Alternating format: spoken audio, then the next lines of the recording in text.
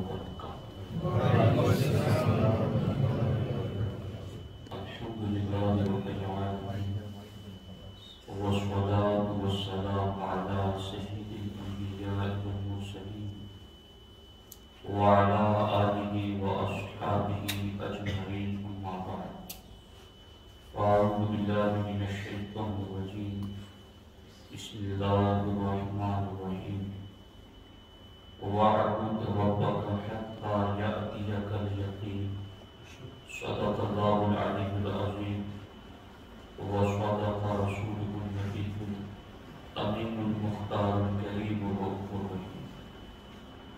انتہائی احترام و عقیدت کے ساتھ حضور سید المرسلین ختم الانبیاء شفیع المذنبین رحمت للعالمین خاتم المعصومین راحت العاشقین صلی اللہ تعالی علیہ وآلہ وآصحابہ وبارک وسلم کی بارگاہ میں اپنی غلامی کا ثبوت دیں، اور جس طریقے سے میں پڑھ رہا ہوں میرے ساتھ مل کر باادب و آواز بلند حضور دل کے ساتھ نذرانِ محبت پیش کریں. الصلاة والسلام علیک یا رسول اللہ، الصلاة والسلام علیک یا حبیب اللہ، الصلاة والسلام علیک یا نبی اللہ،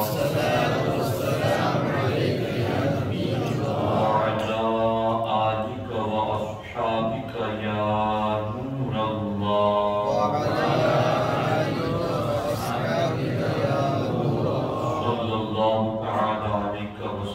صلی اللہ تعالی علیہ وسلم. خواجہ ہند و دربار ہے اعلیٰ تیرا، خواجہ ہند و دربار ہے اعلیٰ تیرا، کبھی محروم نہیں مانگنے والا تیرا. محی کی غوث ہے اور خواجہ معین الدین ہے، محی کی غوث ہے اور خواجہ معین الدین ہے. اے حسن کیوں نہ ہو محفوظ عقیدہ تیرا. دوستان محترم، آج کی یہ محفل سلطان الہند عطائے رسول سرکار کریم نواز رضی اللہ تعالیٰ عنہ کی بارگاہ میں خراج عقیدت پیش کرنے کے لیے، اور ساتھ ہی ساتھ ہمارے لیاقت بھائی کی اہلیہ مرحومہ اور ان کی فیملی کی دیگر مرحومین کے ایصال ثواب کے لیے منعقد ہیں. اللہ کریم کی بارگاہ میں دعا ہے اللہ رب العزت سرکار کریم نواز رضی اللہ تعالیٰ عنہ کی عظیم مرتبہ کے طفیل ان تمام مرحومین کی بے حساب مغفرت فرمائے. دوستان محترم، فکر آخرت کے حوالے سے کچھ دینی ضروری پیغام آپ کی خدمت میں رکھنا چاہتا ہوں. امید کرتا ہوں کہ آپ توجہ کے ساتھ سماعت کریں گے. دوستان محترم، ہر انسان چاہے چھوٹا ہو یا بڑا ہو، مرد ہو یا عورت ہو، شہری ہو یا دیہاتی ہو، جو بھی دنیا میں پیدا ہوا ہے اسے ایک نہ ایک دن اس دنیا سے ضرور جانا ہے. اسلام میں موت کو زیادہ سے زیادہ یاد کرنے اور یاد رکھنے کا حکم دیا گیا ہے. ہمارے نبی حضور سید المعصومین صلی اللہ علیہ وآلہ وسلم ارشاد فرماتے ہیں: اکثروا ذکر ہاذم اللذات، لذتوں کو توڑنے والی، امیدوں اور تمناؤں کو ختم کرنے والی موت کو کثرت سے یاد کرنا. اللہ کے رسول علیہ السلام نے اپنے اس فرمان کے ذریعہ اپنی امت کو زیادہ سے زیادہ موت کو یاد کرنے کا حکم عطا فرمایا ہے. در حقیقت موت کا تصور ایک ایسا تصور ہے کہ جس کو مومن کی زندگی کے ارد گرد بطور پہلے کے رکھا گیا ہے. یعنی اس پر آپ غور کریں تو آپ کو پتہ چلے گا کہ سونے سے لے کر اٹھنے تک اور اٹھنے سے لے کر سونے تک ہماری زندگی کے جتنے بھی مراحل ہیں ان تمام مراحل پر جب ہم غور کرتے ہیں تو ہمیں پتہ چلتا ہے کہ ہمیں اپنی زندگی کے ہر موڑ پر بار بار موت اور حشر کو یاد دلایا گیا. یہ کیسے ہیں؟ جب ایک انسان سفر کے لیے نکلتا ہے، گاڑی میں بیٹھتے ہی دعا پڑھتا ہے، سبحان الذی سخر لنا ھذا وما كنا له مقرنین وَإِنَّا إِلَىٰ رَبِّنَا لَمُنْقَلِبُونَ. تمام تعریفیں اور ہر عیب سے پاک ہے وہ ذات جس نے ہمارے لیے اس سواری کو ہمارے تابع فرمان کر دیا. وَمَا كُنَّا لَهُ مُقْرِنِينَ. حالانکہ یہ سواری ہمارے بس میں نہیں، ہمارے کنٹرول اور قابو میں نہیں. وَإِنَّا إِلَىٰ رَبِّنَا لَمُنْقَلِبُونَ. اور بے شک ایک دن ہمیں لوٹ کر اسی کی بارگاہ میں جانا ہے. انسان دنیا کے سفر پر نکلا ہے اور دعا وہ سکھائی گئی جو اس کو آخرت کا سفر یاد دلائے. وَإِنَّا إِلَىٰ رَبِّنَا لَمُنْقَلِبُونَ. کاش کے لوگ سمجھ کے پڑھیں اور کاش کے لوگ پڑھنا سیکھیں. وَإِنَّا إِلَىٰ رَبِّنَا لَمُنْقَلِبُونَ کہ ہمیں اللہ کی طرف ایک دن پلٹ کر جانا ہے. اللہ اکبر.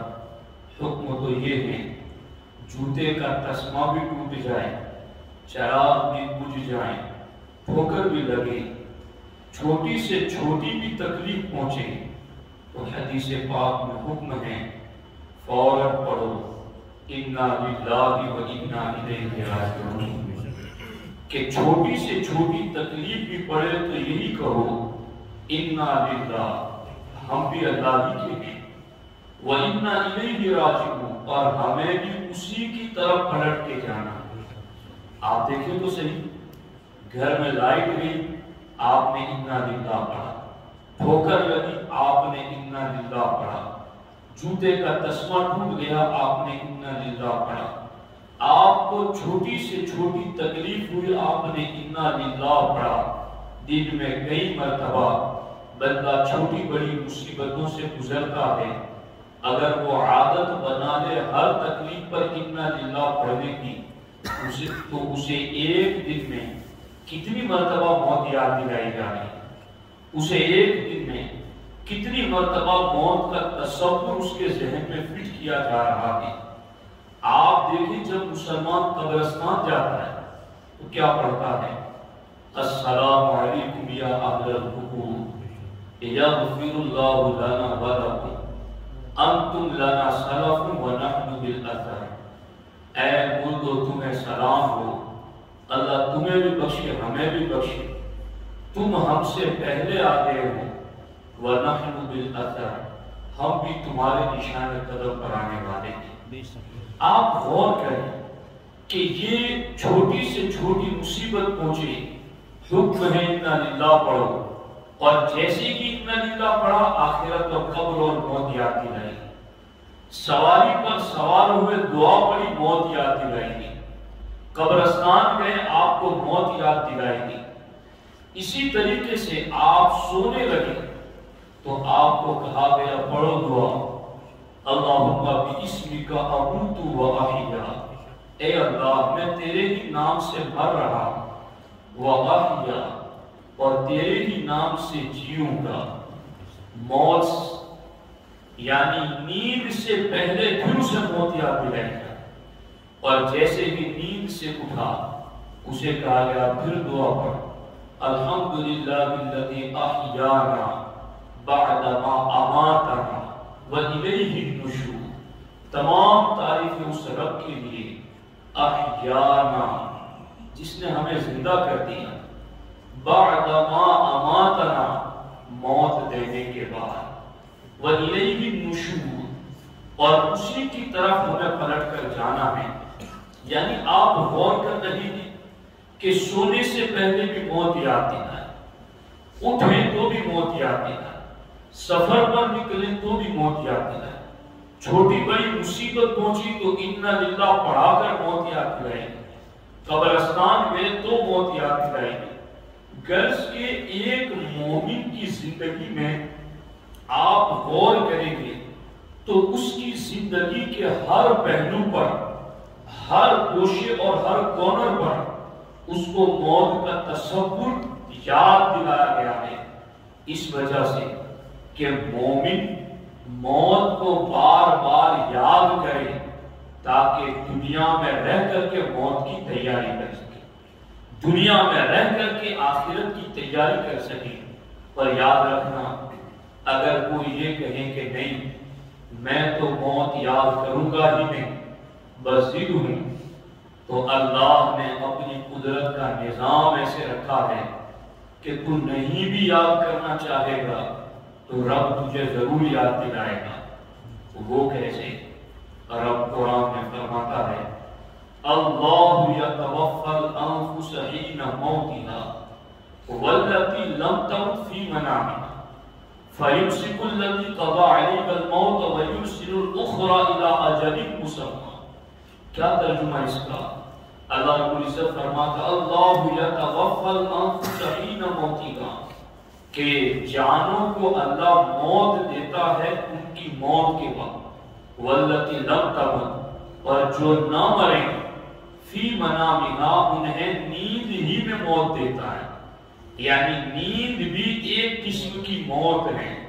اللہ رب العزت فرماتا ہے کہ جب بندہ سوتا ہے تو ان میں سے جن کی موت کا وقت آ جاتا ہے تو پھر ہم اس کی روح کو روک لیتے ہیں، ہم اس کی روح کو بھیجتے نہیں ہیں۔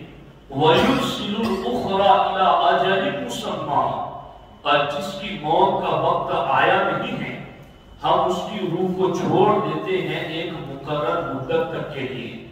کسی کو سفر کی سواری کی دعا یاد نہیں، یا دعا یاد ہے ترجمہ یاد نہیں، کسی کو چھوٹی بڑی مصیبت پر انا للہ پڑھنا نہیں آتا، یا پڑھنا آتا ہے مگر ترجمہ یاد نہیں، کوئی قبرستان نہیں جاتا، یا جا کر کے السلام علیکم یا علی القبور پڑھتا ہے مگر ترجمہ سمجھ میں نہیں آتا، کسی کو سونے جاگنے کی دعا یاد نہیں، یا یاد ہے مگر اس کا ترجمہ نہیں پتا، تو اگر یہ ساری چیزیں یاد نہیں ہیں یا یاد ہے اس کے باوجود مطلب نہیں پتا، جس کی وجہ سے موت یاد نہیں آتی، تو اللہ نے نیند رکھی ہی اس وجہ سے ہے تاکہ یہ نیند بھی تمہیں موت کی یاد دلاتی رہے، یہ نیند بھی تمہیں قبر اور آخرت کی یاد دلاتی رہے۔ اور میں آپ کو بتاؤں بزرگان دین کا موت کو یاد کرنے کے سلسلے میں تصور کیا تھا۔ سیدنا عیسیٰ علیہ السلام کے بارے میں روایتوں میں آیا ہے کہ جب آپ موت کو یاد کرتے تو آپ کے جسم کے روئے روئے سے خون جاری ہو جاتا تھا۔ حضرت داؤد علیہ السلام موت کو یاد کرتے تھے تو آپ کی سانسیں اکھڑنے لگتی تھی۔ میں تو آپ کو کیا بتاؤں، انسان تو انسان، جانوروں کا معاملہ یہ ہے کہ ہمارے نبی علیہ السلام فرماتے ہیں ان جانوروں کو موت کا علم نہیں دیا گیا، اگر انہیں موت کا علم دیا جاتا تو تم ان میں سے کسی بھی جانور کو فروا اور گوشت والا نہ پاتے، ان کی گوشت پگھل جاتے اگر انہیں موت یاد ہوتی۔ اسی لیے حضرت عیسیٰ علیہ السلام ایک جگہ سے گزرے جہاں بہت سارے اونٹ چل رہے تھے، ایک اونٹ اپنی طاقت کے بلبوتے پر شرارت کرتا، سارے اونٹوں کو کاٹتا مارتا۔ حضرت عیسیٰ علیہ السلام اس کے قریب سے گزرے، اس کا کان پکڑ کر آپ نے صرف اتنا کہا انکا میت، شرارت نہ کر، ایک دن تجھے مرنا ہے۔ اتنا کہہ کر آپ آگے چلے گئے اور وہ اونٹ کھانا پانی بند کر دیا، سن من کھڑا ہے۔ کچھ دنوں کے بعد عیسیٰ علیہ السلام وہاں سے گزرے تو آپ نے دیکھا کہ ایک اونٹ نہایت دبلا پتلا کمزور سن من کھڑا ہے۔ آپ نے اس کے مالک سے پوچھا کہ یہ اونٹ چارہ کیوں نہیں کھاتا، یہ کیوں سب سے علیحدہ اور دبلا پتلا ہے؟ تو اونٹوں کے مالک نے کہا مجھے یہ تو پتہ نہیں کہ اسے کیا ہوا ہے، لیکن یہ مجھے پتا ہے کہ چند دنوں پہلے یہاں سے کوئی شخص گزرے تھے جنہوں نے اس کا کان پکڑ کے کچھ کہا تھا۔ جس دن سے اس کا کان پکڑ کے اسے کچھ کہا اسی دن سے اس نے کھانا پانی چھوڑ دیا، اسی دن سے اس نے شراب بند کر دی ہے۔ آپ اندازہ لگائیں موت کا تصور اور موت کی یاد ایک جانور پر اس قدر اثر کرتی ہیں۔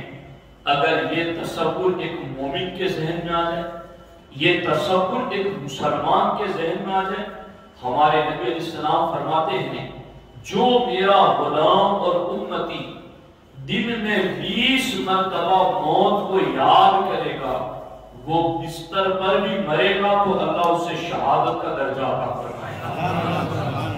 ام المومنین عائشہ صدیقہ کی خدمت میں ایک عورت نے عرض کی ام المومنین میرا دل بہت سخت ہے، مجھے کیا کرنا چاہیے؟ عائشہ صدیقہ ارشاد فرماتی ہے تم موت کو زیادہ یاد کرو تمہارا دل نرم ہو جائے گا۔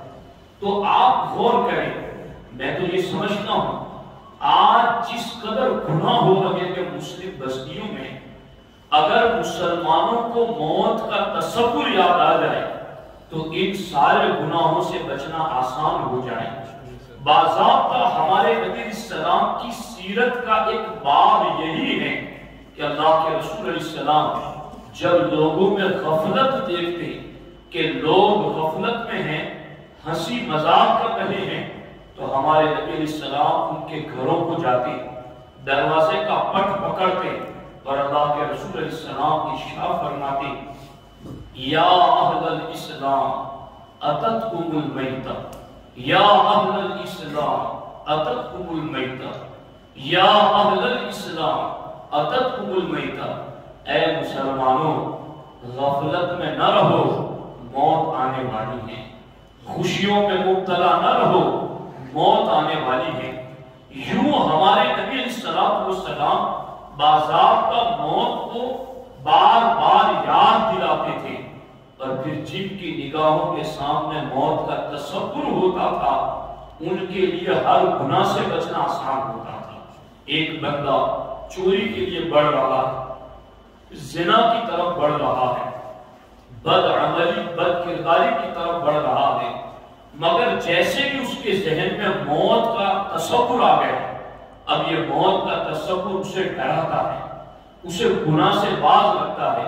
چونکہ موت کا تصور معمولی نہیں ہے، میں آپ کو بتاؤں حضرت ابراہیم علیہ السلام ایک مرتبہ ملک الموت سے ملے، کہا تو کیسے روح قبض کرتا ہے، ذرا اپنی شکل تو دکھا۔ ابراہیم علیہ السلام نے کہا حضرت آپ نہ دیکھ سکیں گے، حالانکہ ابراہیم علیہ السلام ہمارے نبی کے بعد سارے نبیوں میں سب سے بلند درجہ ہے، اتنے جلیل القدر اولو العزم پیغمبر ہیں، مگر ملک الموت نے کہا آپ کیسے دیکھ سکیں گے؟ کہا میں کوشش کرتا ہوں۔ آپ نے چہرہ پھیرا، پھر پلٹ کر دیکھا ملک الموت کو، تو ابراہیم علیہ السلام پر بے ہوشی طاری ہو گئی، آنکھ کھلی، ملک الموت اپنی پہلی پوزیشن پر تھے۔ ابراہیم علیہ السلام نے ارشاد فرمایا اگر کسی فاسق و فاجر بدکار اور کافر کو مرنے کے بعد کوئی اور سزا نہ دی جائے، صرف تمہاری ڈراؤنی شکل ہی دکھا دی جائے، تو یہی اس کے لیے عذاب کے لیے کافی ہے۔ یہ ہے موت، اسے موت کہتے ہیں۔ اور پھر موت کے جو سکرات اور نزع کے لمحات ہیں یہ بڑے سخت ہیں۔ حضرت مولا مرتضیٰ رضی اللہ تعالیٰ عنہ ارشاد فرماتے ہیں کسی زندہ انسان کو تلوار کی 300 ضربیں لگائی جائے تو اسے وہ درد نہیں ہوتا جو درد روح نکلتے وقت ہوتا ہے۔ حضرت شداد بن اوس فرماتے ہیں کسی زندہ انسان کو ہانڈی میں رکھ کر کے ابال دیا جائے تو اسے وہ درد نہیں ہوتا جو نزع اور سکرات کے لمحات میں اسے درد ہوتا ہے۔ آپ اندازہ لگائیں، ملک الموت کی ڈراؤنی شکل دیکھنا، نزع اور سکرات کے جھٹکوں کا محسوس کرنا، اور پھر آخری وقت ایمان پر خاتمہ، یہ کتنے مشکل ترین کام ہیں۔ اب مجھے بتاؤ، جو مومن دن میں 20 مرتبہ موت کا یہ تصور اپنے ذہن و دماغ میں ریپیٹ کرتا رہے کہ سکرات ہوگی تو کیسی سختی ہوگی، نزع کے لمحات طاری ہوں گے تو کیسا درد ہوگا، ملک الموت کی ڈراؤنی شکل دیکھنے کی باری آئے گی تو کیسا خطرناک مرحلہ ہوگا، یہ ساری باتیں اگر بندہ دن میں 20 مرتبہ ریپیٹ کرے تو میں سمجھتا ہوں ایک موت کا تصور ہی ایک ایسا تصور ہے کہ اگر مومن موت اور اس کے سارے تقاضوں کو نظر میں رکھتے ہوئے 20 مرتبہ موت کو یاد کرے تو صرف ایک موت کا تصور ہی اسے ہر گناہ سے بچا لے گا، ہر بدعملی سے بچا لے گا، ہر قسم کے گناہ سے اس کو دور کر دے گا۔ لیکن افسوس ہے کہ مسلمانوں کی زندگی اس وقت کی آج کل گزر رہی ہے کہ ان کی زندگیاں بچپن سے جوانی، جوانی سے بڑھاپا، ان کے بڑے مرحلے گزر چکے ہیں، مگر ہفتوں ہفتے گزر جاتے ہیں مگر انہیں موت یاد نہیں آتی ہے، انہیں قبر ہی یاد نہیں آتی ہے۔ ان کی تو غفلت کا عالم یہ ہے کہ یہ میت کو کندھے پر اٹھائے ہوئے ہیں پھر بھی انہیں موت یاد نہیں، یہ مردے کو غسل دے رہے پھر بھی انہیں موت یاد نہیں، یہ قبر میں اتار رہے میت کو پھر بھی انہیں موت یاد نہیں ہے، کفن پھاڑ رہے ہیں اور انہیں موت یاد نہیں ہے۔ تو یاد رکھنا، اگر ہم بھول جائیں گے تو پھر بلا دیے جائیں گے، اپنے نفس کے حوالے کر دیے جائیں گے۔ اس لیے غفلت کی چادر اتار کر پھینک دو، لَقَدْ كُنْتَ فِي غَفْلَةٍ مِّنْ هَٰذَا فَكَشَفْنَا عَنْكَ غِطَاءَكَ۔ اللہ تعالیٰ قرآن میں فرماتا ہے لَقَدْ كُنْتَ فِي غَفْلَةٍ مِّنْ هَٰذَا، آج تیری آنکھوں پر غفلت کی پٹی پڑی ہوئی ہے، فَكَشَفْنَا عَنْكَ غِطَاءَكَ، ایک دن آئے گا کہ ہم تیری یہ غفلت کی پٹی ہٹا دیں گے۔ مولا علی رضی اللہ تعالیٰ نے اسی لیے فرمایا الناس نیام اذا ماتوا انتبہوا، کتنی پیاری بات مولا مرتضی رضی اللہ تعالیٰ نے فرمائی کہ لوگ سوئے ہوئے ہیں، اذا ماتوا انتبہوا، جب مریں گے تو جاگ جائیں، مریں گے تو جاگ جائیں، لیکن موت کے بعد جو جاگ آئے گی اس وقت بندہ کیا کہے گا؟ کریم رب نے وہ بھی قرآن میں بتا دیا، رحیم رب نے وہ بھی قرآن میں بتا دیا کہ کہیں ایسا نہ ہو کہ موت کے وقت تمہیں افسوس رہ جائے کہ کاش مجھے پہلے پتا ہوتا کہ موت کے وقت پچھتاوا کتنا ہوگا، تو مجھے پہلے پتا ہوتا تو میں یہ کام نہ کرتا، غفلت میں زندگی نہ گزارتا، بلکہ میں جاگ جاتا۔ وہ کیا چیزیں ہیں؟ ہر بندہ موت کے وقت قرآن کی آیت پڑھے گا، رب ارجعونی لعلی اعمل صالحا فیما ترکت۔ کیا ترجمہ اس کا؟ رب ارجعونی، اے میرے رب، ارجعونی، مجھے ایک مرتبہ واپس بھیج دی۔ کیا کریں گے ایک مرتبہ واپس جا کر؟ جوانی گزار کر آئے، بڑھاپا گزار کر آئے، سب کچھ گزار دیا، اب مہلت تھوڑی دیر کی مانگ رہے ہو تو کیا کرو گے؟ قرآن کی آیت ہے، بندہ کہے گا لعلی اعمل صالحا فیما ترکت، میرے اللہ مجھے تھوڑی دیر کے لیے مہلت دے دے، میں جو کچھ بھی چھوڑ کے آیا ہوں اس میں نیکی ہی نیکی کروں گا، میں اپنا مال چھوڑ کے آیا ہوں اس سے بھی نیکی کروں گا، اپنی اولاد چھوڑ کے آیا ہوں ان سے بھی نیکی کراؤں گا، اپنے بیوی بچے چھوڑ کے آیا ہوں ان سے بھی نیکی کا کام لوں گا، اپنی عزت، اپنا منصب، اپنا بڑاپن، اپنی شہرت، ساری چیز کو میں بس نیکی کے کام میں لگاؤں گا، مجھے ایک مرتبہ مہلت مل جائے۔ اس وقت اللہ فرمائے گا کلا، ہرگز نہیں، اب تمہیں مہلت میں نہیں ملے گی۔ حضرت سیدنا ربیع بن خیثم رضی اللہ تعالیٰ عنہ بہت بڑے اللہ کے ولی گزرے ہیں۔ دیکھو ولیوں کا آخرت کو یاد کرنے کا ایک انداز سمجھو کہ ولی کس طرح سے آخرت اور موت کو یاد کرتے تھے۔ سیدنا ربیع بن خیثم فرماتے ہیں کہ میں نے اپنے گھر ہی میں ایک قبر تیار کر رکھی تھی جیتے جی، اور آپ فرماتے ہیں کہ جب بھی میرے دل میں سختی محسوس ہوتی، حالانکہ وہ خود اللہ کی ولی تھی لیکن وہ اپنے درجے کے اعتبار سے بات کر رہے ہیں کہ جب ولی بہت اونچے درجے پر ہوتا ہے تو وہ ادنا سی سستی بھی اپنے لیے گوارا نہیں کرتا۔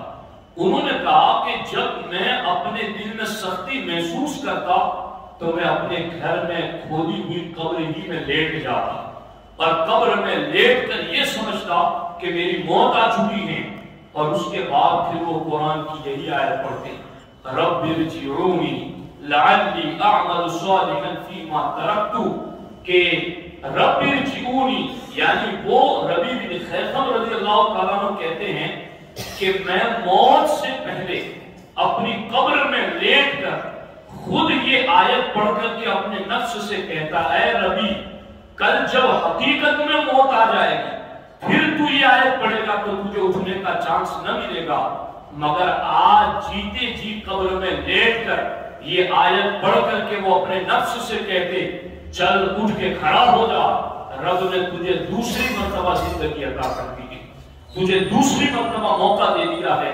تو اللہ کے ولی اپنی قبر کو آخرت کو یاد کرنے کے لیے اس طریقے کے انداز اختیار کیا کرتے تھے۔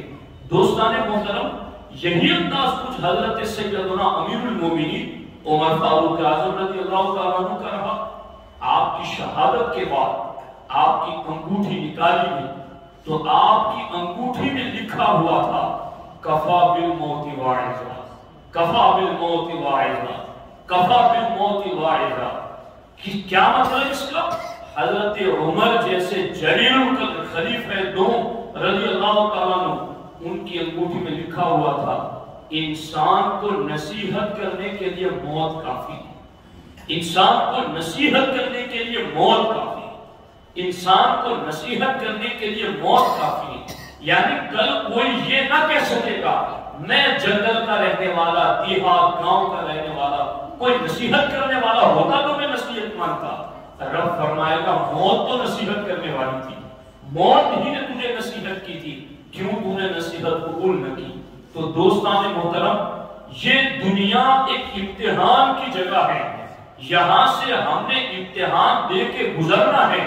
انما الدنیا خلقت لکم وانتم خلقتم للآخرہ، دنیا تمہارے لیے پیدا کی گئی ہے اور تمہیں آخرت کے لیے پیدا کیا گیا ہے۔ الدنیا مزرع الآخرہ، دنیا آخرت کی کھیتی ہے، یہاں جیسا بو گے ویسا ہی آخرت میں کاٹو گے۔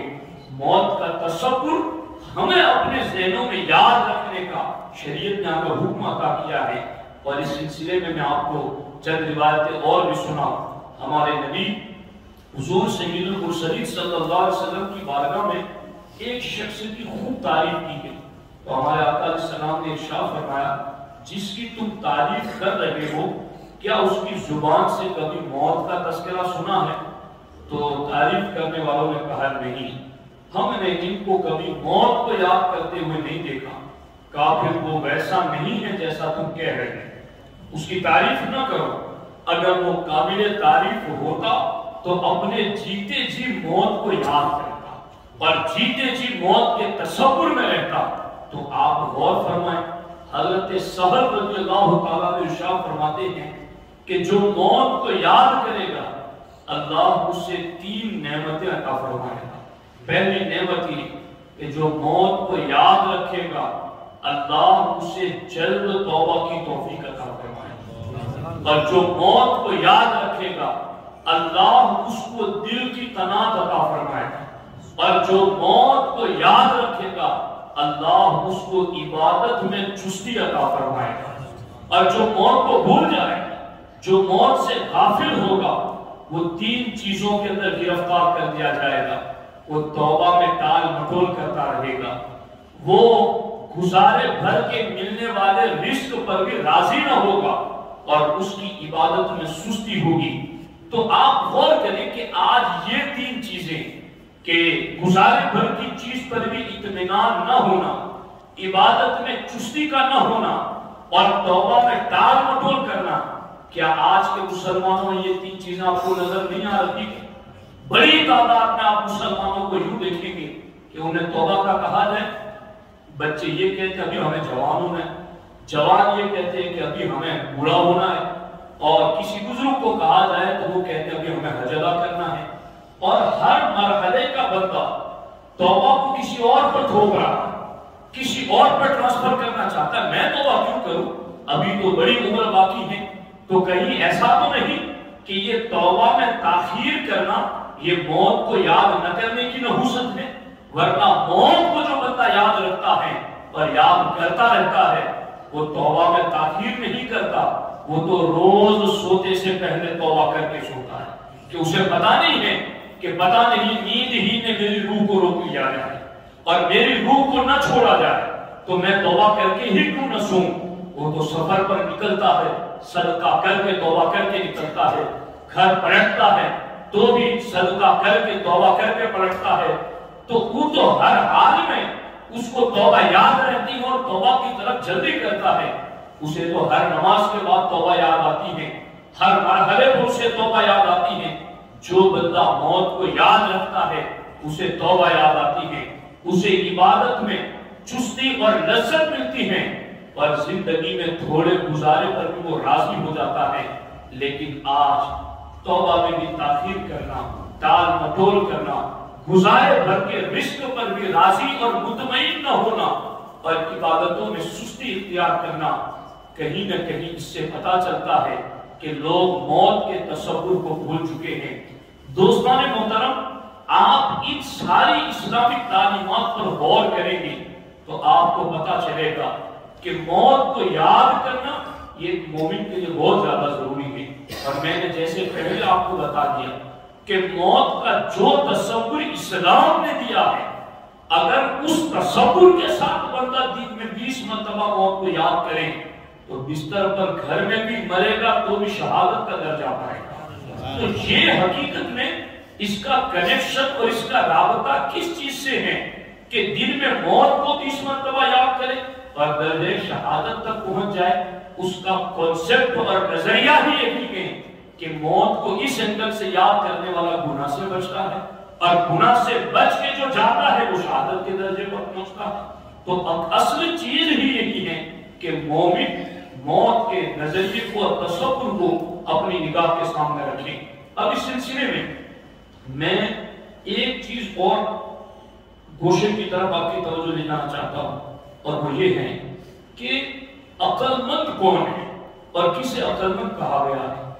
ہمارے نبی علیہ السلام نے ارشاد فرمایا من اقیس الناس، میرے صحابہ لوگوں میں عقل مند کون ہے؟ تو صحابہ کرام نے عرض کیا اللہ و رسولہ اعلم، اللہ جانے، اللہ کا رسول جانے۔ حضور آپ ہی بتائیں کہ عقل مند کون ہے؟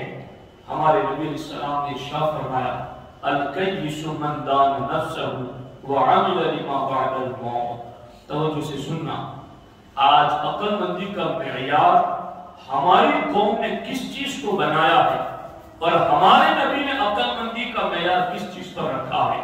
اللہ کے رسول علیہ السلام ارشاد فرماتے ہیں عمل لما بعد الموت، جس نے جیتے جی موت کے بعد والی زندگی کے لیے نیک عمل کیا، اللہ کے رسول علیہ السلام فرماتے ہیں وہ بندہ میری نگاہ میں عقل مند ہے، وہ بندہ عقل مند ہے۔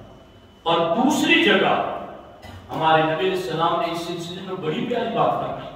اللہ کے رسول علیہ السلام ارشاد فرماتے ہیں کہ جو بندہ اپنے نفس کو اللہ رسول کے احکام کا پابند بنائے اور موت کے بعد والی زندگی کے لیے عمل کرتا رہے وہ عقل مند ہے۔ اور جو بندہ اپنے نفس کو خواہشات اور نفسانی باتوں میں لگائے رکھے اور اللہ کی رحمت پر امید باندھے رکھے سرکار فرماتے ہیں وہ عاجز اور بے وقوف ہیں۔ آج لوگوں کی اس حوالے سے بھی آپ سوچ دیکھو، کوئی گناہگار ہے، کوئی گناہوں کی طرف جا رہا ہے، اس کو روکا جاتا ہے، وہ بڑھ سے کہتا اللہ نکتے نواز ہے، اللہ بخشنے والا ہے۔ جی تو اللہ کے رسول السلام نے خود بتایا کہ جو خواہشات نفس میں لگا رہے اور اللہ کی رحمت کی امید لگائے وہ بے وقوف ہے، وہ پاگل ہے، وہ عاجز ہے۔ اور جو شخص اپنے نفس کو اللہ رسول کی اطاعت میں لگائے اور موت کے بعد والی زندگی کے لیے عمل کرتا رہے، ہمارے نبی السلام فرماتے ہیں ایسا بندہ عقل مند بنتا ہے، ایسا بندہ ہوشیار بندہ ہے۔ تو اب ہم اپنا اپنا جائزہ لے لیں۔ میں بولتے ہوئے اپنے آپ کو دیکھ رہا ہوں، آپ سنتے ہوئے ہر ایک اپنے آپ کو غور کرتے چلے جائیں اور دیکھتے چلے جائیں کہ صبح اٹھنے کے بعد رات سونے تک ہماری زندگی میں کون کون سے عمل ایسے ہیں کہ جو اللہ رسول کو راضی کرنے والے نہیں ہیں، جو اللہ رسول کی فرما برداری کے خلاف ہیں۔ اور اگر وہ اللہ رسول کی فرما برداری کے خلاف ہیں اور پھر ہم رحمت سے امید لگائے ہوئے ہیں، تو سرکار کا فرمان خود پڑھ لو، ایسا بندہ بے وقوف ہے، ایسا بندہ عاجز اور پاگل ہے۔ اور وہ بندہ جو صبح سے شام تک اپنے آپ کو اللہ رسول کی اطاعت میں لگائے رکھتا ہے اور پھر موت کے بعد کام آنے والے عمل بھی کرتا رہتا ہے، سرکار فرماتے ہیں کوئی اس کو کچھ بھی کہے میں اس کو عقل مند کہتا ہوں۔ اس سلسلے میں میں اکثر ایک روایت تقریب فہم کے لیے سمجھانے کے لیے یہ مثال میں عرض کرتا ہوں، اور وہ بہت لطیف بات ہے جس کے ذریعہ لوگوں کے لیے مسئلے کو سمجھنا آسان ہو جاتا ہے۔ وہ کیا ہے؟ حضرت سیدنا بہلول دانا رحمۃ اللہ تعالی، یہ بہلول مجذوب تھے، لوگ انہیں عام طور پر پاگل سمجھتے تھے، مگر اولیاء اللہ نے انہیں دانا کے لقب سے یاد کیا کہ یہ پاگل نہیں، یہ تو عقل مند ہے۔ خلیفہ ہارون رشید کے دربار میں ان کے لیے عام اجازت تھی کہ جب بھی بہلول آنا چاہیں ملنے کے لیے تو ان پر کوئی پابندی نہ لگائی جائے۔ ایک مرتبہ بہلول کو آتے ہوئے دیکھا تو دیکھ کر کے ہارون رشید نے کہا کہ آج ہم تھوڑا تفریح طبع کرتے ہیں، خوش مزاجی کرتے ہیں، تھوڑا خوشی کرتے ہیں۔ جب بہلول دانا رحمۃ اللہ تعالیٰ نے تشریف لائے تو ہارون رشید نے اپنی گود میں پڑی ہوئی چھڑی لکڑی اٹھا کر حضرت بہلول دانا رحمۃ اللہ تعالیٰ کو دی اور کہا بہلول اس پورے مجمع میں جو تمہیں سب سے زیادہ بے وقوف نظر آیا یہ چھڑی آپ اسے دے دیں۔ بہلول دانا رحمۃ اللہ تعالیٰ کے بارے میں یہ لوگ یہ سمجھتے تھے ابھی کسی کو بھی یہ لکڑی تھما دیں گے اور ہم پھر تھوڑا خوش طبعی کر لیں گے، مذاق کر لیں گے، لیکن بہلول تو دانا تھے، انہوں نے لکڑی گود میں رکھی اور رکھے ہی رہے، کسی کو نہیں دی، یہاں تک کہ مجلس ختم ہو گئی تو بہلول دانا رحمۃ اللہ تعالیٰ نے چھڑی ہاتھ میں لے کر چلے گئے۔ ایک دن، دو دن، مہینہ، 2 مہینے، سال، 2 سال، جب بھی بہلول دانا رحمۃ اللہ تعالیٰ ہارون رشید سے ملتے تو ہارون رشید پوچھتے کہ کیا تمہیں کوئی بے وقوف بندہ ملا نہیں جس سے یہ لکڑی دے دو؟ کہ ابھی تک نہیں ملا، ملے گا تو دے دوں گا۔ یہ لکڑی لے کر کے گھومتے رہے۔ جب لمبے عرصے کے بعد ہارون رشید کے بارے میں خبر پہنچی کہ ان کا آخری وقت ہے اور وہ دنیا سے جانے والے ہیں، بہلول دانا رحمۃ اللہ تعالیٰ نے اسی چھڑی کو اٹھا کر کے دربار خلافت میں پہنچے، سرہانے بیٹھے، بیٹھ کر ہارون رشید سے پوچھا کیا حال ہے؟ کہا بس جا رہا ہوں سفر پر۔ کہا واپسی کب ہے؟ کہا بہلول تم پاگلوں والی بات کرنا نہیں چھوڑو گے، یہ آخرت کا سفر ہے جہاں سے واپس نہیں آیا جاتا۔ کہا یہ اتنے زیادہ میل دور جانا ہے کہ جہاں سے واپس نہیں آنا ہے؟ دیکھو درجہ بدرجہ سنستدرجہم، درجہ بدرجہ بات پہنچانے کے لیے کس طرح آگے لے جا رہے ہیں۔ کہا کیا تمہیں پتا نہیں ہے کہ یہ مسافت، ڈسٹینس اور میل اور کلومیٹر کی دوری کا معاملہ نہیں ہے، یہاں جہان ہی بدل جاتا ہے، عالم ہی بدل جاتا ہے، تو یہاں دوریاں کلومیٹر سے نہیں ماپی جاتی۔ جب انہوں نے یہ کہا تو بیرودارہ رحمۃ اللہ تعالیٰ نے کہا ہارون رشید میں نے تمہیں دنیا میں دیکھا ہے کہ جب بھی تم ایک شہر سے دوسرے شہر، ایک ملک سے دوسرے ملک جاتے تو تمہارے نکلنے سے پہلے تمہارا لشکر اس راستے پر مہینوں پہلے نکلتا، راستے صاف کرتا، چھاؤنیاں بناتا، تمہارے لیے بہترین کھانے بنانے والے کھانے بنانے کے لیے جاتے، اور سارا راستے بھر کا تمہارا انتظام ہوتا، پھر تم اپنے دربار خلافت سے سفر کے لیے نکلتے۔ تو جب اتنے لمبے سفر پر تم نے جانا ہے تو کوئی لشکر بھیجا ہے یا نہیں بھیجا؟ کوئی باورچی بھیجا ہے یا نہیں بھیجا؟ کچھ کھانے پکوان آگے بھیجے ہیں یا نہیں بھیجے؟ کہا بہلول یہ کوئی ایسی جگہ نہیں ہے چلو لشکر بھیجے جائیں، کھانے پکوان بھیجے جائیں۔ کہا ہارون رشید کچھ بھی نہیں بھیجا تم نے؟ کہا نہیں میں نے کچھ بھی نہیں بھیجا۔ کہا پھر یہ چھڑی میری آپ اپنے پاس ہی رکھو، میری نظر میں اس چھڑی کا مستحق تم سے زیادہ کوئی اور نہیں ہے۔ جب تمہیں پتا تھا کہ جانا ہے اکیلے جانا ہے، اور تمہیں یہ بھی پتا ہے کہ جانے والا جہاں جاتا ہے وہاں کچھ بھیجتا ہے آگے، تم نے کچھ نہیں بھیجا، تو پھر اس چھڑی کا مستحق میری نظر میں تمہارے سوا کوئی اور نہیں ہے۔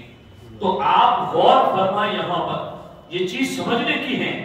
ہمارے نبی علیہ السلام کی بارگاہ میں ایک بندے نے آ کر عرض کیا حضور میرا موت سے دل گھبراتا ہے، میں مرنا نہیں چاہتا، موت کا ذکر سن کر کے مجھے ناپسندیدگی ہوتی ہے، حضور ایسا کیوں؟ ہمارے نبی علیہ السلام نے فرمایا تمہارے پاس کچھ ہے؟ اللہ کے رسول علیہ السلام کی بارگاہ میں عرض کرتے ہیں ہاں حضور میرے پاس مال دولت بہت زیادہ ہے۔ سرکار نے فرمایا پھر اس کو آگے بھیجنا شروع کر، جس کا جہاں کچھ ہوتا ہے وہاں جانے کو جی چاہتا ہے، تم اپنا جو ہے وہ آگے بھیجنا شروع کرو، جب وہاں پہنچے گا تو جانے کے لیے دل بھی لگ جائے گا۔ ابو حازم رضی اللہ تعالیٰ عنہ نے بھی یہ کہا کہ آخرت میں تم جس چیز کو اپنے ساتھ دیکھنا چاہتے ہو آج بھی سے اس چیز کو آگے بھیجنا شروع کر دو، تاکہ وہ چیز تمہارے مرتے ہی تمہیں وہاں پر ملے۔ تو دوستو یہ باتیں بس ایسی نہیں ہیں کہ محفل سجائی سن لیا اور چلے گئے، بلکہ ایک تصور جگاؤ، ایک یاد پیدا کرو، آخرت کا تصور لاؤ ذہن و دماغ کے اندر، تاکہ یہ تصور ہمارے لیے گناہ سے رکاوٹ بن جائے۔ سلطان الہند سرکار غریب نواز رضی اللہ تعالیٰ عنہ کی پوری زندگی جہاں تک میں نے پڑھنے کی کوشش کی، خدا کی قسم آپ کی زندگی کا ایک ایک پل تصور آخرت اور فکر آخرت میں گزرتا ہوا نظر آتا۔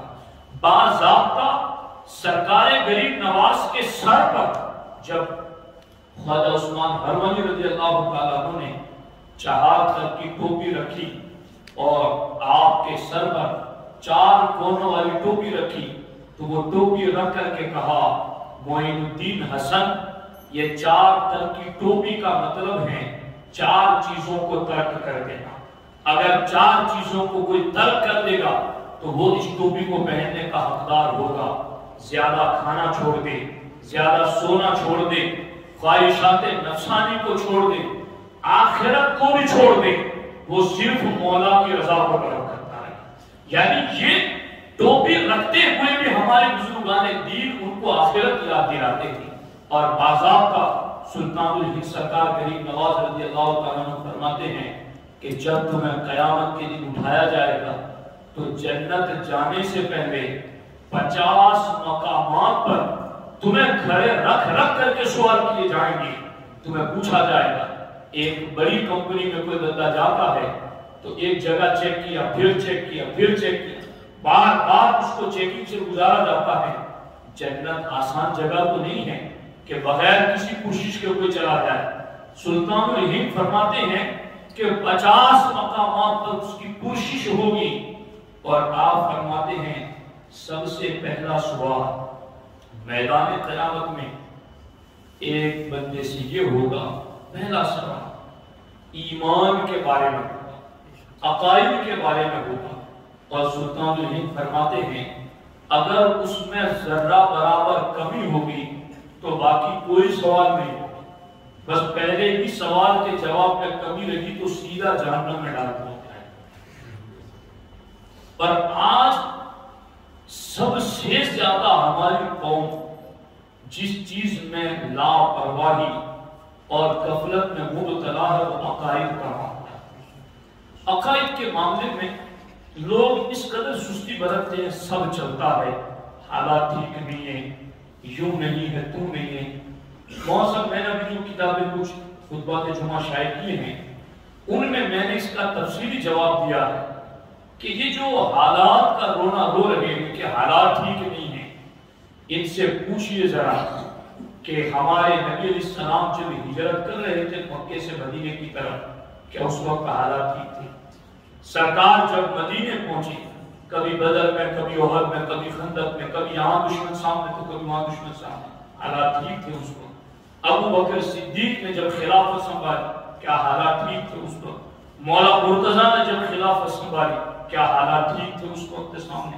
امام حسین نے جس وقت ایکشن لی، کیا حالات ٹھیک تھے اس وقت؟ مامون رشید کے سامنے احمد ابن حنبل رضی اللہ تعالیٰ عنہ جب بات دور سنبھالی، کیا حالات ٹھیک تھے اس وقت؟ مجدد الفسانی نے اکبر کے خلاف جب بات دور سنبھالی، کیا حالات ٹھیک تھے اس وقت؟ امام احمد رضا نے ہر باطل فرقے کے خلاف جب مورچہ سنبھالا، کیا حالات ٹھیک تھے اس وقت؟ حالات تو ہر زمانے میں ایسے ہی رہے ہیں۔ حالات ٹھیک کرنے کا ذمہ دار مجھے اور آپ کو نہیں بنایا گیا، ایمان ٹھیک کرنے کا ذمہ دار ہمیں بنایا گیا، عمل ٹھیک کرنے کا ذمہ دار ہمیں بنایا گیا ہے۔ اور میں تو یہ سمجھتا ہوں ہمارے مقررین بھی بار بار عمل کے حوالے سے ترغیب دلاتے ہیں کہ اگر نماز چھوڑ دی تو بستیوں میں یہ بلائیں اترتی ہیں، زنا ہوگا تو بستیوں میں یہ بلائیں اترتی ہیں۔ یقیناً ساری بدعملیوں کی نحوستیں اپنی جگہ پر، مگر ساری بدعملیوں پر جو نحوستیں اترتی ہیں اس سے کئی گنا زیادہ نحوستیں بدعقیدگی پر اترتی ہیں، چونکہ بدعقیدگی والا جرم بدعملی والے جرم سے 1000 گنا زیادہ بڑا ہے، مگر اس کی طرف کسی کی فکر ہی نہیں۔ سلطان الہند یہ فرما رہے ہیں قیامت کے دن سب سے پہلا سوال ہوگا ایمان کے بارے میں ہوگا۔ تو اب اس سلسلے میں فکر کرو، گانے لوگ سنتے ہیں، کامیڈیاں سنتے ہیں، سیریلیں دیکھتے ہیں، پکچر دیکھتے ہیں اور نہ جانے اور کیا کیا کرتے ہیں، جن میں ایسی باتیں سنتے ہیں، لوگ گنگناتے ہیں کہ جس میں کفر ہے، جس میں شرک ہے، اور وہ بندہ پڑھتا بھی ہے، گنگناتا بھی ہے اور ایمان سے بھی نکل جاتا ہے، اسلام سے بھی نکل جاتا ہے۔ تو پہلا سوال یہ سلطان الہند فرماتے ہیں قیامت کے دن ایمان کے بارے میں ہوگا۔ اور یاد رکھنا جس کے پاس ایمان ہوگا اگر اس کے عمل میں کچھ کمی بھی ہوگی تو یا تو عمل کی کمی کی وجہ سے سزا پا کر، یا سرکار کی شفاعت سے، یا ولیوں کی شفاعت سے، یا محض اللہ کے فضل و کرم سے وہ جنت کا مستحق ضرور بنے گا۔ لیکن اگر ایمان ہی میں کمی رہ گئی تو پھر وہ سیدھا سادہ جہنم میں ڈال دیا جائے گا، اس کے لیے باقی آگے کوئی چانس ہے ہی نہیں۔ یہ قرآن حدیث کا خلاصہ میں آپ کو بتا رہا ہوں۔ سرکار غریب نواز فرماتے ہیں دوسرا سوال قیامت کے میدان میں نماز کے بارے میں۔ سرکار غریب نواز فرماتے ہیں اگر نماز کے بارے میں اس کا جواب ٹھیک رہا تو پھر آگے اس کے لیے جنت کے دروازے کھلے ہوئے، لیکن اگر اس میں کمی رہی تو پھر آگے اس کے لیے عذاب مسلط کیا جائے گا جتنی کمی ہوگی۔ لیکن اب تیسرا سوال سلطان الہند فرماتے ہیں اس بندے سے سرکار کی سنتوں کے حوالے سے کہ تو حضور علیہ السلام کی سنتوں پر کتنا عمل کرتا تھا، اب اس میں تھوڑی بھی کمی رہے گی تو سرکار غریب نواز فرماتے ہیں اس بندے کو سیدھا حضور کی خدمت میں پیش کیا جائے کہ یہ آپ کا امتی ہے اور آپ کی سنتوں پر عمل نہیں کرتا۔ سرکار غریب نواز یہ بات کہتے کہتے رو پڑے۔ آپ نے کہا کیا حشر ہوگا اس وقت لوگوں کا کہ نبی کی سنتوں کو چھوڑنے کی وجہ سے نبی کے سامنے انہیں شرمندہ ہونا ہوگا۔ اس لیے ڈاکٹر اقبال نے یہاں بڑی پیاری خواہش کا اظہار کیا، تو غنی از حد و آدم من فقیر، روز محشر گزرا ہائے پذیر گر حسابم روز محشر ناگزیر از نگاہ مصطفیٰ بھی نہابی۔ ڈاکٹر اقبال نے کہا اے اللہ تو کریم ہے، قیامت کے دن مجھے بخش دینا، اور اگر میرا حساب لینا ضروری ہی ہو تو میرے نبی کی نگاہوں سے چھپا کے میرا حساب لینا، ورنہ میں ان کا امتی کہلا کر ان کے سامنے بیٹھ کر کے یہ شرمندگی کیسے برداشت کر سکوں گا۔ تو دوستان محترم، اولیاء اللہ کی زندگی ہم پڑھتے ہیں تو ان کی پوری زندگی فکر آخرت پر مشتمل نظر آتی ہیں۔ سرکار غریب نواز رضی اللہ تعالیٰ عنہ ایک مرتبہ وضو کر رہے تھے اور دوران وضو آپ کی توجہ نہ رہی خلال کرنے کی طرف، تو غیب سے آواز آئی معین الدین حسن ہمارے محبوب سے محبت کا دعویٰ بھی ہے اور ان کی سنت بھی بھول جاتے ہو۔ سرکار غریب نواز رونے لگے اور آپ فرماتے اس کے بعد سے لے کر میں نے آج تک کبھی حضور کی سنت کو بھول سے بھی ترک نہیں کیا ہے۔ تو آپ غور فرمائیں کہ یہ ان کی زندگیاں ہیں، ان کے معمولات ہیں، ہم ان کے غلام ہیں۔ تو غلام ہیں تو پھر اس کا حق یہی ہے کہ غلامی پر عمل کیا جائے، ان کے کردار پر، ان کی سوانح پر، ان کی سیرت کو اپنایا جائے۔ تو یوں اگر ہم اپنی زندگی کے اندر موت کو، آخرت کو، تصور کو بار بار اپنے ذہنوں میں ریپیٹ کرتے رہیں گے تو یہی اولیاء اللہ کا پیغام ہے، یہی اولیاء اللہ کی زندگیوں کے عمل کا خلاصہ ہے۔ اور اس طریقے سے اگر ہم زندگی گزاریں گے تو میں یقین سے کہتا ہوں اگر یوں تصور موت کا ہوگا، بندہ خیانت کے قریب نہیں جائے، دھوکے کے قریب نہیں جائے، بدعقیدگی کی طرف نہیں جائے، بدعملی کی طرف نہیں جائے، دنیا کے عرص و لالچ کی طرف نہیں جائے گا، بلکہ وہ بندہ توبہ میں بھی جلدی کرے گا، عبادت میں اس سے چستی پیدا ہوگی، اور تھوڑا بھی رزق ملے گا تو اس کا دل مطمئن رہے گا، اس لیے کہ اسے پتا ہوگا یہ دنیا ایک عارضی چیز ہے اور یہاں سے فنا کے بعد مجھے آخرت کی طرف جانا ہے۔ ایک بات عرض کر کے میں گفتگو کو ختم کرتا ہوں، اس کو توجہ کے ساتھ آپ سنیں۔ حضرت سیدنا عمر بن عبدالعزیز رضی اللہ تعالیٰ یہ خلیفہ راشد گزرے ہیں۔ حضرت عمر بن عبدالعزیز کی بارگاہ میں روم کا ایک قاصد آیا، روم کا ایک قاصد ان کی بارگاہ میں آیا تو آپ نے اس روم کے قاصد سے پوچھا کہ تمہارے یہاں جب بادشاہ تخت پر بیٹھتا ہے تو اس وقت کون سے عمل کیے جاتے ہیں، یعنی تخت نشینی پر کون سا طریقہ اختیار کیا جاتا ہے؟ تو روم کے قاصد نے بتایا، توجہ سے سنیے، روم کے قاصد نے بتایا کہ ہمارے یہاں جب بادشاہ تخت پر بیٹھتا ہے تو سب سے پہلے اس بادشاہ کے پاس قبر کھودنے والا آتا ہے اور آ کر کہتا ہے کہ تجھ سے پہلا جو بندہ تھا وہ تخت پر بیٹھا تھا، تو میں نے تخت پر بیٹھتے ہی اس سے پوچھا تھا کہ بتا تیری قبر کہاں بناؤں، کیسی بناؤں؟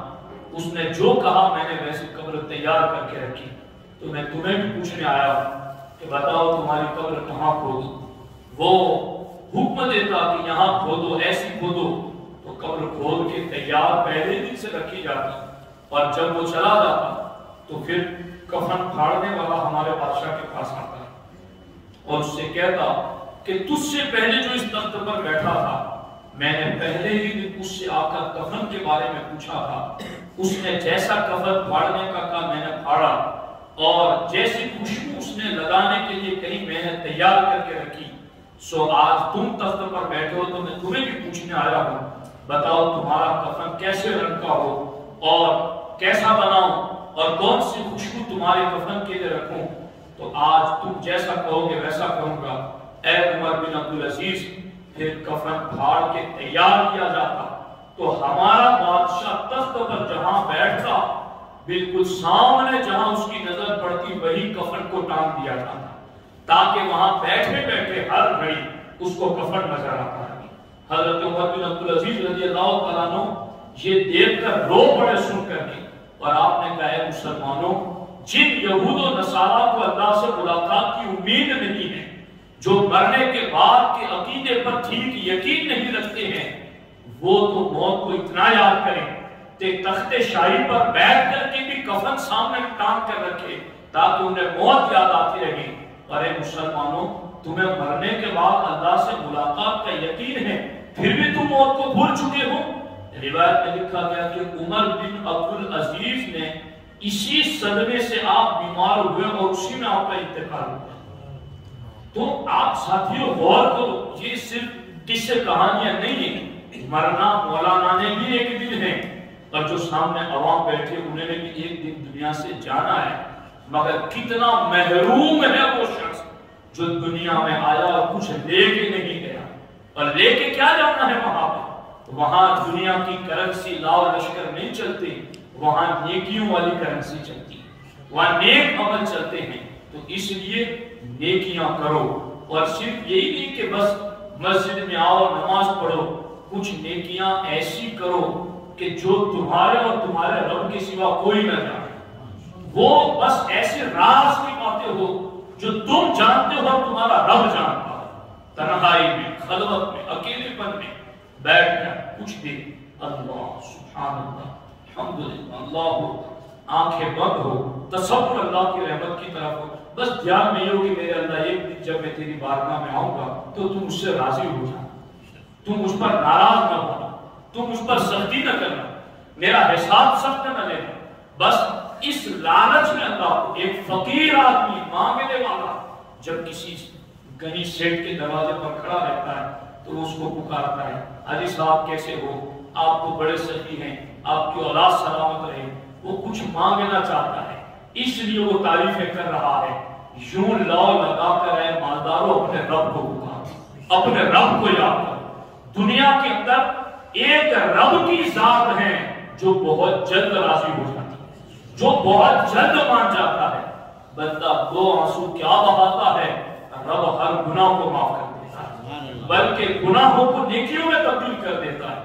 وہ رب اتنا قریب ہے، لیکن لوگ عجیب غفلت میں ہیں کہ اس قریب رب سے بھاگ رہے ہیں، دور ہو رہے ہیں۔ اس لیے بھاگو نہیں، قریب آ جاؤ، موت کو یاد کرتے ہوئے اس رب کا ذکر کرو، اس رب کو یاد کرو۔ میں نے یہاں ابھی اصل بات بیادرہ میں بھی درس دیتے ہوئے ایک چیز بتائی، وہ میں آپ کو بھی بتا دیتا ہوں، اور وہ یہ ہے کہ حضرت بلال حبشی رضی اللہ تعالیٰ عنہ جب ان کو امیہ سخت تکلیف دیتا اور مارتا، حضرت ابوبکر صدیق وہاں سے گزرے تو دیکھا کہ حضرت بلال کو وہ جتنا مارتا، حضرت بلال اتنا ہی احد احد پکارتے، میں اللہ کو ایک مانتا ہوں، میں اپنے نبی کو مانتا ہوں، وہ اور مارتا۔ حضرت صدیق اکبر رضی اللہ تعالیٰ عنہ حضرت بلال کو کان میں کہا، بلال یہ تمہیں زور سے بولنے پر مار رہا، تم ایمان تو لے آئے ہو، تم آہستہ اللہ کا ذکر کر لیا کرو تاکہ اس کو غصہ نہ آئے تمہیں مارے نہیں۔ حضرت بلال نے کہا ٹھیک ہے۔ پھر کچھ دنوں بعد وہاں سے گزرے تو دیکھا کہ حضرت بلال پھر زور زور سے احد احد کہہ رہے ہیں اور پھر وہ مار رہے ہیں۔ صدیق اکبر پھر وہاں سے گزرے، آپ نے کہا بلال کیا بات ہے، میں نے تمہیں کہا نہیں تھا کہ تم آہستہ ذکر کر لینا تاکہ یہ تمہیں مارے نہیں؟ حضرت بلال کہتے ہیں اللہ کا نام لینے میں مجھے وہ لذت ملتی ہے کہ اس کے مار کی تکلیف کا مجھے احساس ہی نہیں ہوتا۔ یوں خدا کا ذکر کیا جاتا ہے کہ بندہ اللہ کا ذکر کرے تو بس دنیا و معافیہ سے بے نیاز ہو کے خدا کا ذکر کرے، رحمان کا ذکر کرے، خالق کے ارض و سما کا ذکر کرے تو پھر اسی کا ہو کے ذکر کرے۔ من کان للہ کان اللہ لہ، جو اللہ کا ہو گیا پھر اللہ خود اس کا ہو گیا۔ تو اس پوزیشن سے ہمیں خدا کا ذکر کرنا چاہیے۔ اور صدیق اکبر رضی اللہ تعالیٰ عنہ نے انہیں خریدا پھر آزاد کیا، اور یہی مرحلہ سیدنا ابوبکر صدیق کے ساتھ بھی پیش آیا جب حرم میں سرکار نے دعوت دی اور سرکار پر لوگ ٹوٹ پڑے مارنے کے لیے۔ صدیق اکبر آئے تو آپ حضور کے اوپر یوں پھیل گئے، صدیق کے آنے کے بعد حضور کو ایک ضرب نہ لگ سکی، ساری ضرب صدیق اکبر نے اپنے جسم پر لی، اتنا مارا گیا صدیق اکبر کو کہ گال اور ناک دونوں برابر ہو گئے، اتنا سوج گیا۔ مگر جب لوگ مار رہے تھے اس وقت بھی صدیق اکبر کی زبان پر یہی جملے تھے، تبارکت ربنا وتعالیت یا ذا الجلال والاکرام، تبارک ربنا وتعالیت یا ذا الجلال والاکرام، تبارک ربنا وتعالیت یا ذا الجلال والاکرام، تبارک ربنا، اے میرے رب تیری ہی ذات برکتوں والی ہے، وتعالیت تیری ہی ذات بلند ہے، یا ذا الجلال والاکرام، اے عزتوں والے رب، اے عظمتوں والے رب۔ تو آپ غور کر رہے ہیں، کبھی تکلیف میں بھی رب کو یاد کرو، کبھی رب کا تنہائیوں میں بھی ذکر کرو، اور یوں آنکھیں بند کر کے تصور کو اس کی رحمت کی طرف توجہ لگا کر کے کہ بس اس رب سے کچھ کہہ رہے، اس رب کی بارگاہ میں کچھ عرض کر رہے ہوں کہ میرے رب بس تیرے سوا میرا کون ہے، میں تجھے بس یاد کرنے والا تیرا گنہگار بندہ، میرے رب جب میں آؤں تو مجھ پر ناراض نہ ہونا، مجھ پر سختی نہ کرنا، وَتَوَفَّنَا مَعَ الصَّالِحِينَ، میں مروں تو مجھے صالحین میں شامل کر دینا، میں مروں تو میری روح کو اعلیٰ علیین میں جگہ دے دینا، میں مروں تو مجھے صالحین کا قرب دے دینا۔ جب مومن تنہائیوں میں یوں یاد کرے گا نا اپنے رب کو، تو خدا کی قسم اس کی لذت ہی کچھ جدا ہے، اس کی چاشنی ہی کچھ جدا ہے۔ یہ لذت جسے مل جاتی ہے نا، وہ لوگوں سے دور رہ کر چھپ چھپ کر رب کی عبادت کرتا ہے، وہ رب کو یاد کرتا ہے۔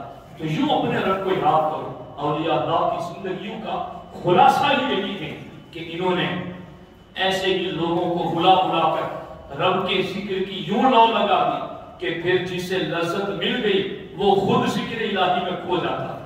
اس لیے ساتھیوں اس چیز کی طرف توجہ لے جاؤ۔ ایک آخری بات جو ایک حدیث پاک ہے وہ بھی عرض کر دوں میں آپ کے سامنے۔ آج کا جو دن گزرا وہ بہت خاص دن تھا کہ رجب المرجب کا پہلا جمعہ جب آتا ہے اور شعبان المعظم کی 15ویں رات جب آتی ہے تو مردوں کی روحیں اپنے گھروں پر آتی ہیں اور دروازوں پر کھڑے رہ کر پکارتی ہیں، یا اولادی ویا اقربائی ارحم علینا بالصدقہ، اے میری اولاد، اے میرے رشتہ داروں، کچھ صدقہ کر کے ہم پر رحم کرو، کچھ ایصال ثواب کر کے ہم پر رحم کرو۔ تو یوں مردوں کی روحیں ان مخصوص دنوں میں گھروں تک پہنچتی ہیں اور ہمیں پکارتی ہیں، ہمیں ندا دیتی ہیں۔ یہ غیب کی آوازیں ہم تو نہیں سنتے ہیں کہ مردے آئے ہیں اور آواز دے رہے ہیں، مگر غیب جاننے والے نبی نے یہ غیب کی خبر ہمیں بتائی۔ تو ان مردوں کا بھی خیال رکھو، وقتاً فوقتاً ان کی بارگاہ میں ایصال ثواب کرتے رہو، اور وہ اصل میں ان کو بس ایصال ثواب کی ضرورت ہے۔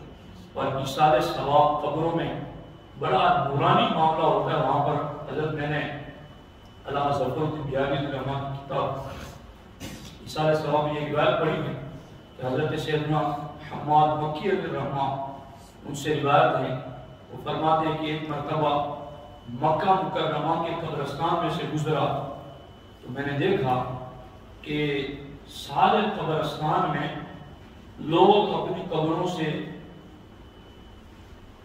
قبروں کے اندر اپنے دامنوں میں کچھ نور سمیٹ رہے، کچھ نور سمیٹ رہے۔ تو انہوں نے عالم کشف ان سے پوچھا کہ یہ کیا چیز ہے جسے تم اپنے دامن میں سمیٹ رہے؟ کہا ہم ایصال ثواب جمع کر رہے ہیں، یہ لوگوں کا بھیجا ہوا ایصال ثواب ہے جو اپنے دامن میں جمع کر رہے ہیں۔ کہا یہ کس نے بھیجا تھا؟ کہا یہاں سے ایک مسلمان گزرا تھا جس نے ایک مرتبہ غالباً سورہ فاتحہ یا قل اللہ شریف پڑھ کر کے سارے قبرستان والوں کی روح کو ایصال ثواب کر دیا تھا۔ 1 سال سے ہم اس کا ثواب بانٹ رہے ہیں مگر وہ ختم ہی نہیں ہو رہا۔ 1 سال سے ہم وہ ثواب بانٹ رہے ہیں مگر وہ ثواب ختم ہی نہیں ہو رہا ہے۔ 5 وقت کی نماز سنی صحیح العقیدہ امام کے پیچھے ادا کرو اور ہر نماز کے بعد 3 مرتبہ قل اللہ و شریف سورہ فاتحہ پڑھ کر اپنے مرحوموں کی روحوں کو ایصال ثواب کرتے رہو۔ انشاءاللہ یہ معمول بناؤ گے نا تو جب یہاں سے جانے کی باری آئے گی تو وہ بھی انتظار میں کھڑے ہوں گے، وہ بھی استقبال میں کھڑے ہوں گے کہ چلو ہمارا کوئی آ رہا ہے۔ اور جب یہاں اجنبیت رہی، کسی کو کوئی بھیجا ہی نہیں، تو پھر سمجھو کہ وہ تو عالم ہی جدا ہے۔ اس لیے جہاں اجنبی جگہ پر جانا ہوتا ہے تو کیسے یاریاں بناتے ہو کہ تم فلاں کے رشتے دار ہو، ہاں وہ میرے فلاں طریقے پر رشتے دار لگتے ہیں۔ اجنبی جگہ جانا ہے تو بڑی دور دور کی دوریاں بھی سمیٹ کر رشتے داریاں نکالی جاتی ہیں۔ تو جو بالکل ہے ہی اجنبی جگہ قبر اور آخرت، تو وہاں کیسے موانست پیدا کی جائے، ایک دوسرے سے قرب پیدا کیا جائے، تو پھر وہاں کے لیے بھی کچھ نہ کچھ تیاری ہمیں ضرور رکھنی چاہیے، اور اس سلسلے کے اندر ہمیں کوششیں کرتے رہنا چاہیے۔ ڈھونڈا کرو اپنی بخشش کے ذریعے، ڈھونڈا کرو اپنی مغفرت کے اسباب، کیا کروں کہ میں بخش دیا جائے، کون سا عمل کروں کہ مجھے معاف کر دیا جائے۔ بس اس چیز کی طرف اپنی توجہ رکھ کر کے موت کو اور آخرت کو یاد کر کے نیکیاں کرو، اپنی موت اور اپنی نیکی حفاظت کے ساتھ اللہ کریم کی بارگاہ میں دعا ہے، رب ذوالجلال میری آپ کی سب کی حاضری اپنے دربار میں قبول فرمائے، اور اللہ تبارک و تعالی ہم سب کو جیتے جی قبر، آخرت اور موت کی تیاری کرنے کی توفیق عطا فرمائے۔ اللہ تبارک و تعالی ہمارے تمام اہل ایمان اور مومنین کی بے حساب مغفرت فرمائے۔ السلام علیکم ورحمۃ